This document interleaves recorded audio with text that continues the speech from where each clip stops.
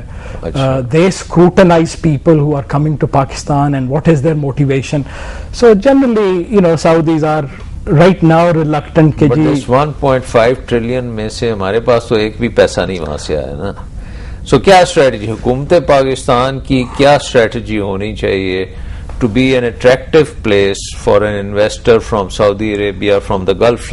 Let's face it, oil exporting countries have the current account surpluses. Sure. Absolutely. تو ان کو ہم کیسے attract کر سکتے ہیں؟ وہی sovereign wealth funds total would be about $1.6 trillion. تو ان کو جا کے پریزنٹیشنز کریں یا پریزنٹیشنز کریں روڈ شو کریں. لیکن ڈاکٹر صاحب اصل جو بات ہے ہمیں we need to go to the root of the problems. یہ جو اسٹاک مارکیٹس تو ریفلیکشن ہے what is happening in the industry and the economy. آپ کے پاس ہم نے we've already forfeited our good position in the textile sector to Bangladesh.